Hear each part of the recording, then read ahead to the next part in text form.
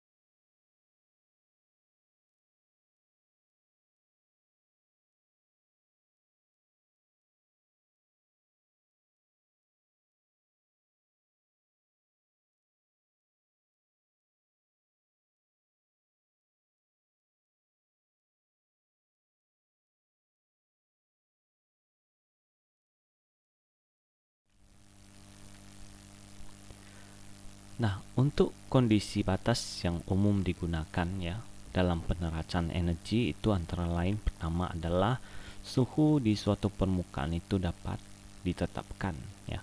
Jadi di permukaan ujung A, ujung B itu biasanya diketahui.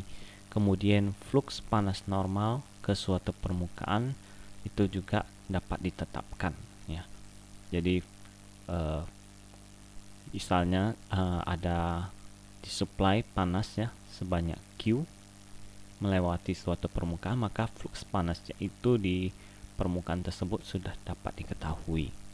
Kemudian pada bidang antarmuka, suhu dan fluks panas normal itu bersifat kontinu.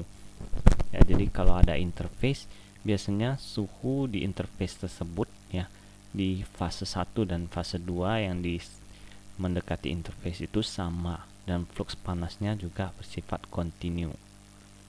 Nah, pada antarmuka padatan fluida ya, fluks panas normal dapat diberikan oleh relasi sebagai berikut.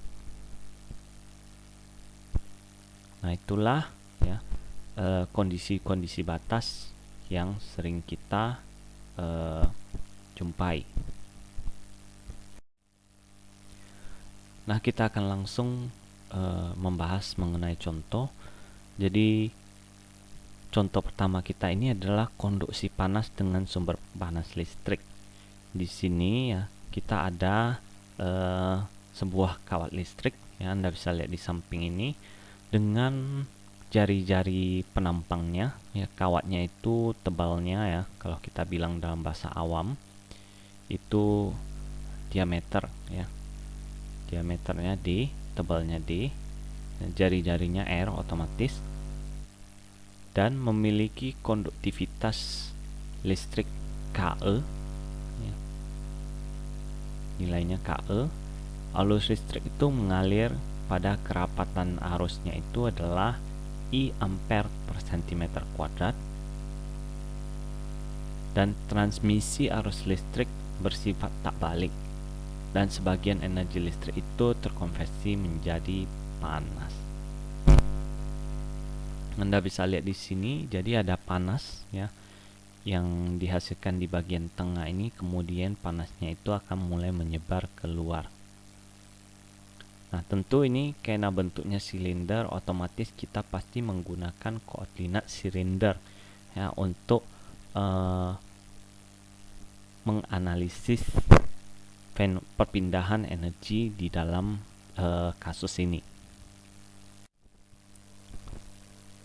Nah, pertama kita akan merincikan mengenai komponen neraca energinya. Ya, kita ada laju panas masuk melalui permukaan silindris pada air. Jadi kita itu membagi-bagi dia ya menjadi lapisan-lapisan yang lapisan itu ibaratnya kita mengupas bawang ya, mungkin ya. Jadi ada lapisan yang paling luar sampai yang ke lapisan paling dalam. Nah, kalau kita tinjau pelapis seperti itu ya, maka laju panas masuk melalui permukaan silindris pada air. Air itu adalah lapisan bagian dalamnya. Itu adalah sebesar ya, kita ambil luas permukaannya dikali dengan flux energinya. Luas permukaannya itu adalah 2πr dikali L atau luas selimut ya. Luas selimut dari silinder dikali dengan flux panasnya berarti QR pada R ya. Flux panas pada R sama dengan R. Nah, laju panas keluarnya itu melalui permukaan silindris bagian luar. Jadi kalau kita kupas bawang ya, berarti tadi sisi bagian dalam dari kupasannya, ini adalah sisi luarnya. Nah, tentu sisi luarnya itu punya diameter yang lebih besar, yaitu R ditambah dengan tebalnya, delta R. Nah, otomatis ya, luas permukaan silindernya itu adalah 2π dikali R tambah delta R dikali dengan L. Nah, dikali dengan ya flux energinya pada R ditambah delta R. Sini kita bisa gabungkan ya, persamaan ini menjadi bentuknya seperti ini. Nah, laju produksi energi panas oleh disipasi listrik kita langsung ambil saja ya, volumenya dikali dengan SE. Nah, volumenya itu adalah sebesar 2π R ya. Jadi dikali delta R dikali L. 2π R ini adalah lingkaran ya, luas lingkarannya, kemudian dikali dengan tebalnya delta R ya. Kita memang mengambil perhitungan yang kasar di sini. Jadi 2π R dikali delta R-nya dikali L itu adalah sebenarnya pendekatan untuk volume dari lapisan yang kita tinjau. Kemudian dikali dengan SE, ini adalah laju energi panas yang diproduksi per satuan volume oleh disipasi listrik. Nah, laju produksi panas per satuan volume atau disipasi listriknya diberikan oleh persamaan berikut ini.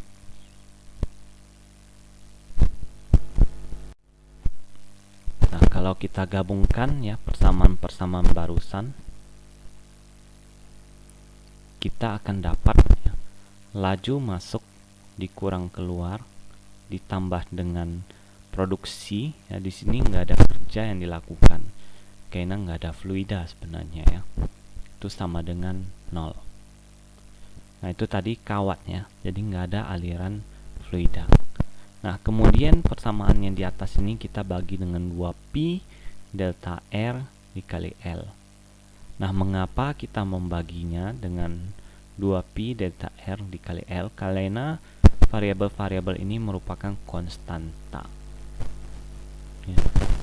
R itu bukanlah konstan. R ini bervariasi. Jadi R di sini nilainya adalah sebesar R, tapi di sini R itu bernilai R ditambah delta R. Jadi kita nggak bisa bagi dia dengan R.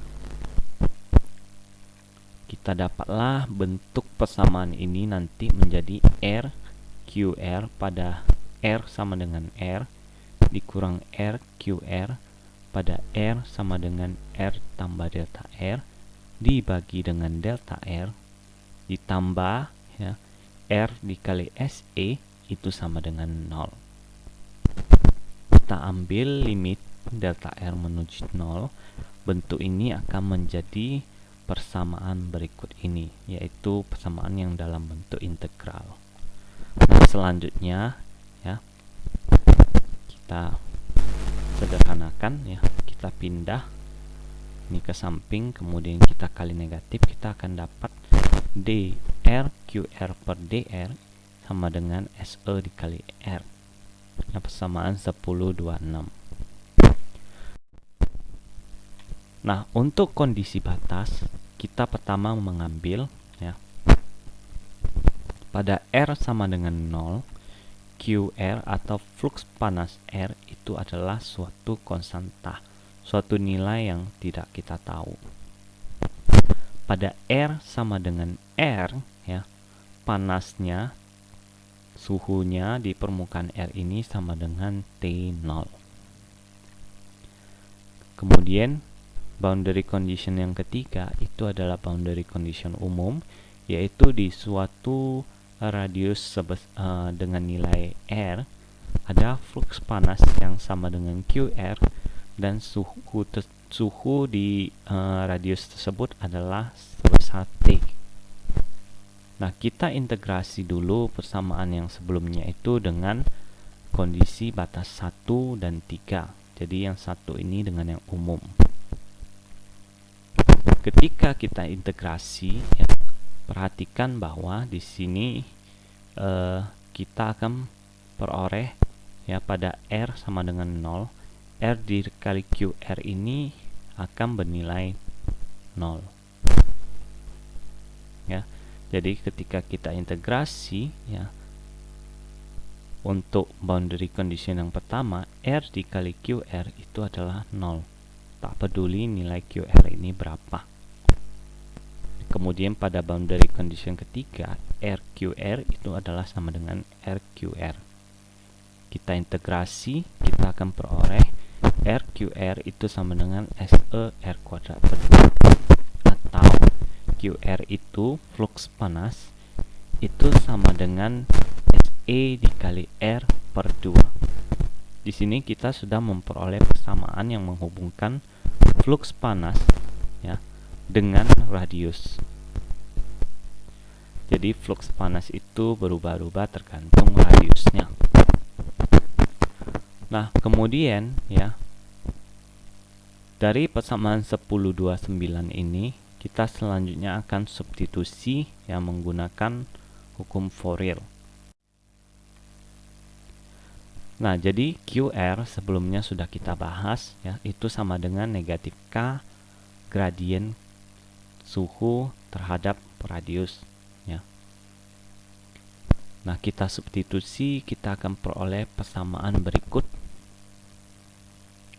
Kemudian kita akan mengaplikasikan kondisi batas 2 dan 3. Nah, ketika kita aplikasikan ya, di sini ini DR kita pindah ke samping. Kemudian kita integrasikan kondisi batas kedua dan ketiga. Yang kedua itu adalah nilai pada R sama dengan R besar itu ya, suhunya sama dengan T0. Kemudian boundary condition yang ketiga itu adalah yang umum ya. Kita selesaikan persamaan ini, kita akan dapat persamaannya menjadi bentuk ini. Nah, atau ya, kita bisa bagikan K ini ke samping ya, kemudian kita keluarkan R kuadrat. Kita akan dapat T dikurang T0 itu sama dengan SER kuadrat dibagi 4K dikali 1 dikurang R per R besar di kuadrat. Nah, dari persamaan ini selanjutnya kita bisa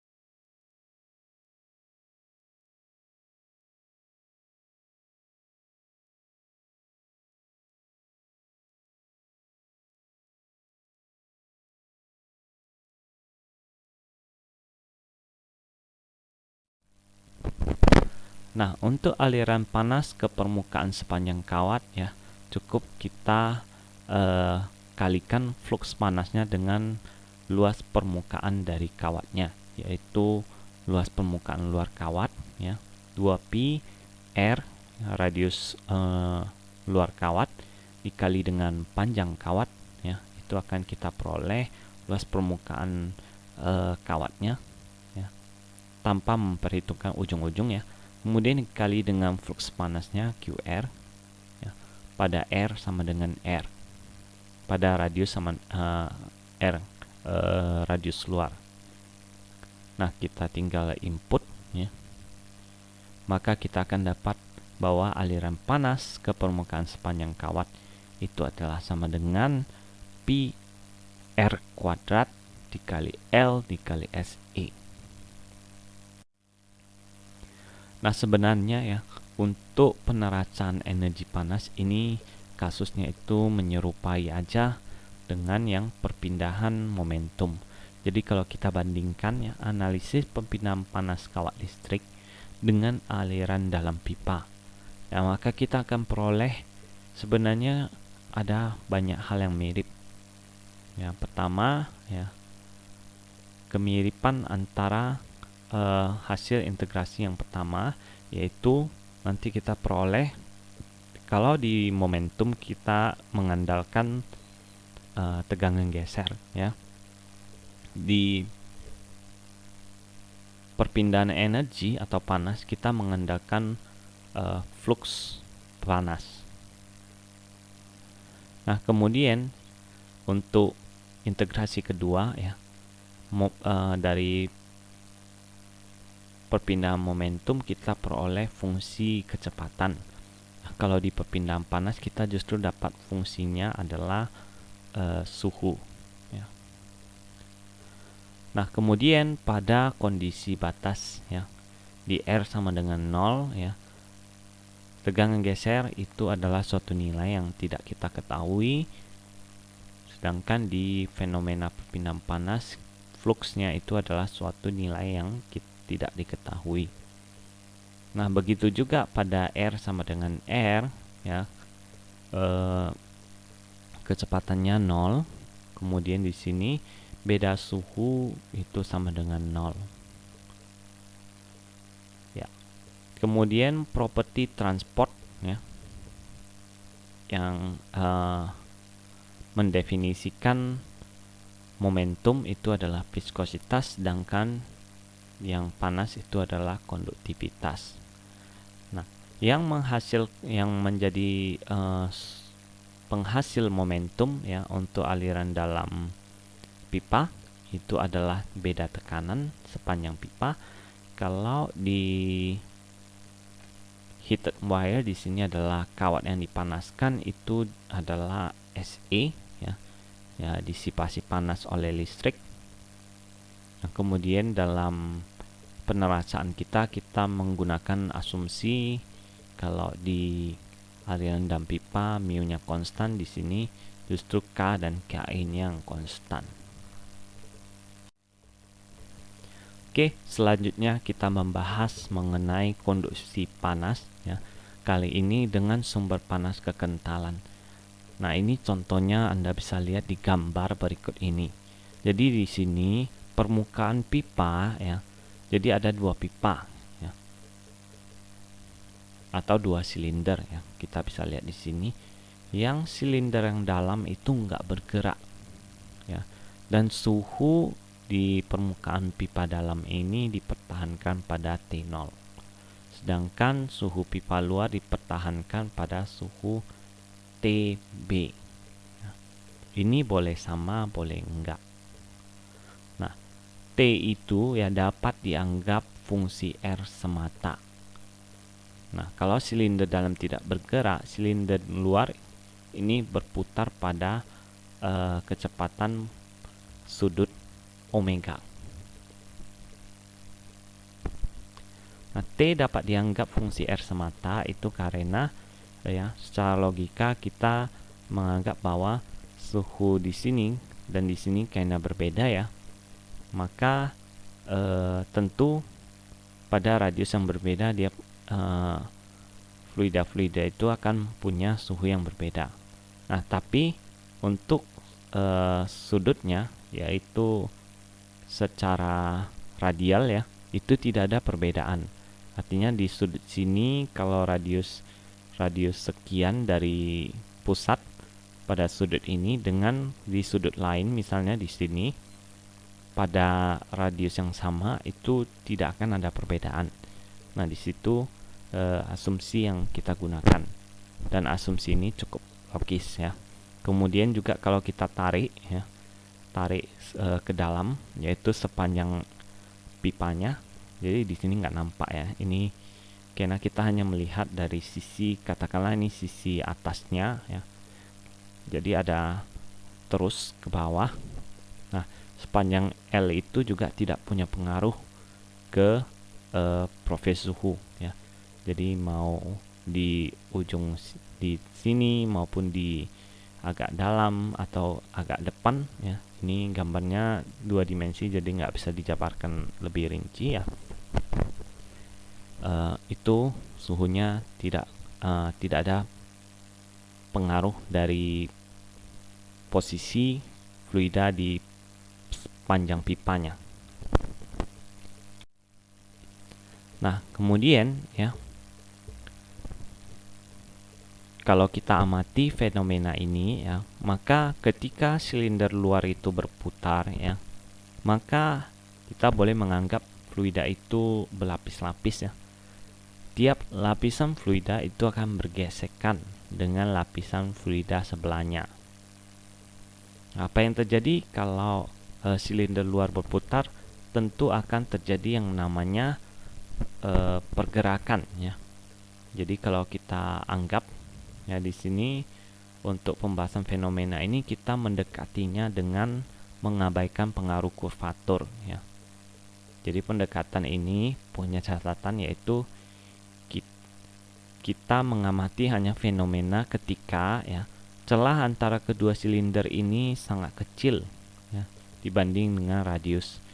Jadi di sini case-nya itu adalah kita punya dua pipa ya.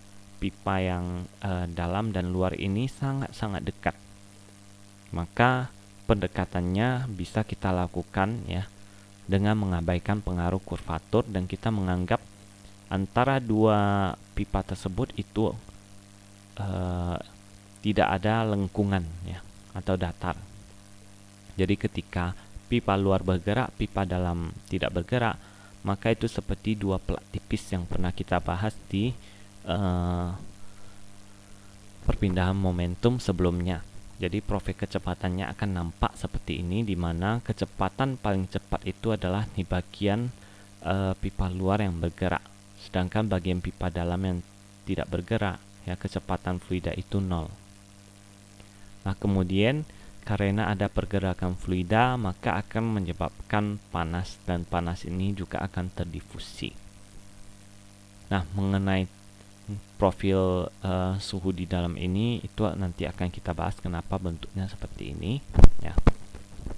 Kemudian ya, kecepatan di bagian paling luar itu tadi adalah sama dengan radius ya, radius paling luar dikali dengan kecepatan putarannya ya, itu adalah laju linear. Kalau dalam tentu Anda masih ingat ya pelajaran fisika ya, bagaimana hubungan kecepatan linear dengan kecepatan sudut ya, atau kecepatan putaran. Nah, kalau kita ingin menerasakan momentum dan energi shell tadi ya, tentu dengan mengabaikan kurvatur, kita akan peroleh distribusi kecepatan di shell itu akan sama dengan ya, Vz itu sama dengan kecepatan maksimalnya ya dikali dengan X per B. Kenapa ekspresinya seperti ini? Ini sebenarnya sudah pernah kita bahas di perpindahan momentum sebelumnya. Jadi ini nggak akan dibahas lagi ya. Atau Anda bisa lihat bahwa dari deskripsi sebelumnya ya, kecepatan jet ini itu linear ya, dari bagian paling dalam silinder ke bagian paling luar, di mana paling dalamnya itu bernilai 0, paling luarnya itu bernilai VB. Jadi di pertengahannya itu kita bisa memperoleh nilainya itu dengan perbandingan X per B, di mana X itu adalah posisinya dari sebelah dalam, ya. B itu adalah tebal atau jarak antara silinder dalam dan luar. Nah, VB itu sendiri adalah kecepatan sudutnya dikali dengan radius luarnya. Neraca energi, ya. Kalau Anda lihat dari diagram yang barusan, ya, maka Anda akan peroleh bahwa hanya ada perpindahan atau flux energi yang ke arah X, ya. Ke arah radial, ya, atau theta itu kita abaikan, ya, seperti yang saya jelaskan, ya. Jadi di arah theta itu tidak ada perubahan suhu. Kemudian sepanjang pipa, yaitu arah Y, ya, kalau kita ingin gambarkan, ya, itu sebenarnya arah Y, itu juga tidak ada. Kemudian kalau kita ambil keadaan mantap, maka kita akan dapat mereduksi, ya, flux energi itu hanya perlu kita tinjau yang ke arah X. Nah, ke arah X itu berarti ke arah lapis-lapis silinder, ya. Nah, lapis-lapis silinder itu sebenarnya kita bisa ambil W dikali L dikali EX, ya, pada X dikurang WL dikali EX pada X tambah delta X. Kita akan peroleh, ya, kita bagi WL dengan delta X dan mengambil limit delta X menuju 0, kita akan peroleh bahwa dE X per dx itu sama dengan 0. Selanjutnya, kalau kita meninjau, ya, bagaimana komponen dari flux energi, ya, untuk fenomena kali ini, ya, maka kita bisa mengintegrasikan persamaan sebelumnya, ya. Nilai X ini tentu adalah suatu nilai tertentu yang tidak kita ketahui, ya, sehingga kita integrasikan, maka kita akan dapat bahwa laju perpindahan energi, ya, atau laju flux energi itu adalah suatu konstanta. Nah, kemudian flux energi konvektif ke arah X itu tidak ada, karena tidak ada perpindahan massa ke arah X. Flux energi panas, ya, ke arah X itu ada, ya, walaupun massanya tidak berpindah, energi panas itu ada berpindah ke arah X. Nah, melalui difusi. Jadi kita menggunakan hukum Fourier, ya, Q itu sama dengan QX itu sama dengan negatif K dikali gradien suhu. Nah, kemudian flux kerja ke arah X itu ada, ya. Jadi Px dikali V, ya, itu akan hanya terdiri dari Pxz Vz. Alasannya karena tidak ada laju, ya, ke arah X maupun ke arah Y, hanya ada ke arah Z. Arah Z itu adalah yang kalau kita lihat silindernya itu radial, ya. Nah, Pxz itu dapat kita pencar menjadi tekanan ditambah tegangan geser, ya, dimana tekanan Xz ini sudah pasti nggak ada. Tekanan itu hanya ada pada saat perpindahan momentum maupun arah momentumnya sama. Jadi P-nya itu akan sama dengan 0. Nah, hanya tersisa tau Xz dikali dengan Vz.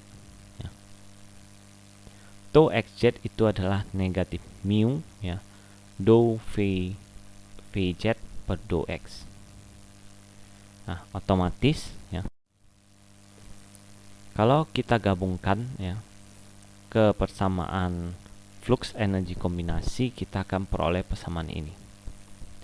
Nah, karena Vz ini sudah kita ketahui persamaannya, yang menggunakan persamaan momentum, ya, profil kecepatannya dari perpindahan momentum, kita peroleh bentuknya seperti ini, ya. Dan turunannya terhadap X, kita akan cukup kita turunkan persamaan ini terhadap X, kita dapat persamaannya ini. Substitusi kembali ke persamaan di atas, kita akan peroleh bentuknya menjadi seperti ini. Anda boleh pause ya kalau Anda ingin mencobanya. Nah, kemudian persamaan 1045 ini selanjutnya bisa kita selesaikan menggunakan kondisi batas. Pertama, ada kondisi batas di bagian silinder dalam, yaitu pada X sama dengan 0 suhunya adalah T0, dan pada X sama dengan B, yaitu permukaan silinder luar, suhunya adalah sama dengan TB, seperti yang sudah kita deskripsikan. Kemudian kita punya kondisi batas general di suatu jarak X, ya, suhu itu bernilai T. Kita integrasi persamaan 1045 itu menggunakan boundary condition 1 dan 2. Nah, maka kalau kita integrasi, nah tadi sebenarnya kita pindah sedikit ya bagian yang mu x tadi itu kita pindah ke samping, ya, maka kita bisa integrasikan ya dari T0 ke TB, dari X0 ke X sama dengan B. Kita selesaikan persamaan ini, kita akan dapat persamaannya menjadi persamaan bentuk ini. Nah, kemudian kalau kita susun sedikit ya, kita akan dapat C itu adalah setara dengan nilainya ini.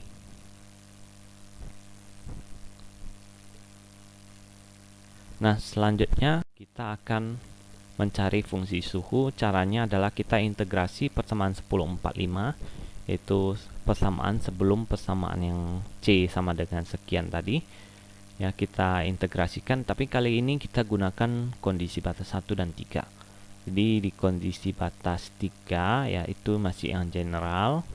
Yang satu itu adalah pada nilai X sama dengan 0 ya, supaya lebih mudah ya. Jadi kalau kita selesaikan, kita akan dapat persamaan ini 10/4B. Nah, persamaan ini kita tinggal substitusi nilai C ya. Kita akan peroleh ya, persamaannya terbuka menjadi persamaan ini. Nah, kita bisa gabungkan ya persamaan ini dengan ini, kemudian kita bagi persamaan ini dengan K TB dikurang T0. Di sini ini akan menjadi T dikurang T0 per TB dikurang T0, itu menjadi sama dengan persamaan ini menjadi X per B. Persamaan ini ya, ini sebenarnya menjadi setengah mu ya, ini nilai dikali dengan X per B, kemudian dibagi dengan K TB dikurang T0. Nah, sedangkan persamaan di samping ini ya, perhatikan bahwa bagian ini setengah mu, kemudian omega R di kuadrat ya, dibagi dengan K TB dikurang T0 itu sama dengan bagian yang depannya. Yang beda adalah bagian belakang ini punya nilai X per B di kuadrat. Jadi X per B itu kemudian dikurang dengan X per B. Nah, ini persamaan yang mendeskripsikan suhu ya untuk fenomena barusan. Nah, persamaan ini ya ini bisa dipakai kalau suhu permukaan dalam dan permukaan luar itu beda. Kalau suhunya itu sama, yaitu TB sama dengan T0, persamaan ini nggak bisa dipakai. Nah, nanti ini menjadi per 0, ini menjadi per 0. Jadi ini harus dimodifikasi ya. Jadi kalau TB sama dengan T0, maka persamaan 10/4A tadi itu menjadi C itu sama dengan ini. Kemudian kalau kita substitusi nilai C di atas itu ke persamaan 10/4B, kita akan dapat fungsinya menjadi ini. Lebih sederhana. Ya, tidak ada lagi X per B dikali K ya dikali T dikurang TB dikurang T0. Jadi hanya ini saja. Kemudian persamaan ini bisa kita sederhanakan. Cukup kita bagi dengan K dikali T0, kita akan dapat fungsinya menjadi persamaan ini. Nah, itulah materi kita ya untuk pertemuan kali ini. Terima kasih atas partisipasinya.